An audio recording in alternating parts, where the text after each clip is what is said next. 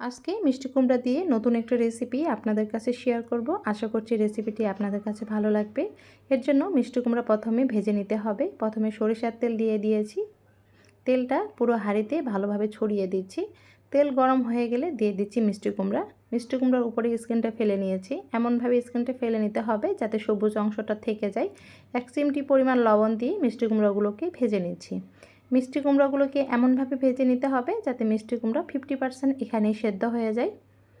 তো মিষ্টি কুমড়াগুলো আমার ভেজে নেওয়া হয়ে গেছে। মিষ্টি কুমড়াগুলো আমি তুলে নিয়েছি।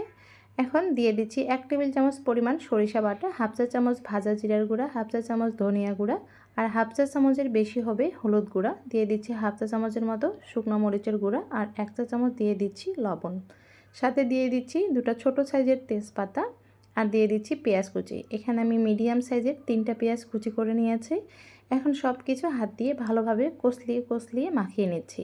এমনভাবে মাখিয়ে নিতে হবে যাতে পেঁয়াজ থেকে পেঁয়াজের রস বেরিয়ে আসে। তো আমার মাখিয়ে নেওয়া হয়ে গেছে। দিয়ে দিচ্ছি সরিষার তেল। তেলটা দিয়ে আবারও ভালোভাবে মাখিয়ে নিচ্ছি। মাখিয়ে নেওয়া হয়ে গেলে দিয়ে দিব ইলিশ মাছ। এখন ইলিশ মাছের সাথেও মশলাগুলো ভালোভাবে মাখিয়ে নিচ্ছি।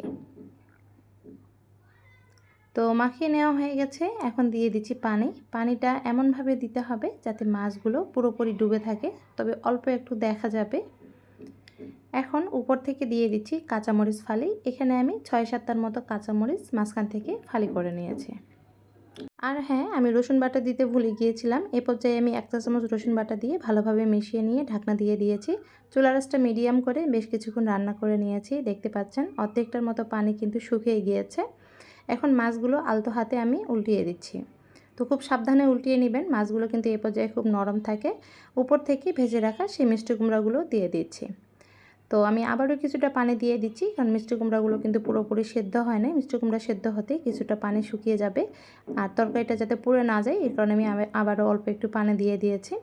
তো বেশ কিছুক্ষণ রান্না করার পর দেখতে পাচ্ছেন মিষ্টি কুমড়া কিন্তু এখন বেশ ভালোভাবে সেদ্ধ হয়ে গেছে।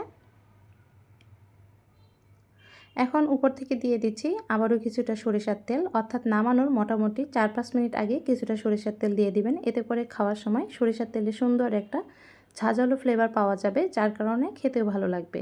আর সবশেষে অবশ্যই লবণটা চেক করে নেবেন। তো আমার লবণটা কম হয়েছিল, আমি আবারও কিছুটা লবণ দিয়ে দিয়েছি। লবণটা দিয়ে আবারও একটু নেড়ে নিচ্ছি, যতটুকু নেড়ে নেওয়া যায় আর কি, খুব সাবধানে যাতে মাছগুলো ভেঙে না যায়। তো রান্না আমার হয়ে গেছে, চুলাটাকে আমি অফ করে দিয়েছি। তো প্রতিনিয়ত মিষ্টি কুমড়ার এক রান্না খেতে ভালো লাগে না, চাইলে এইভাবে আপনারা ট্রাই করে দেখতে পারেন।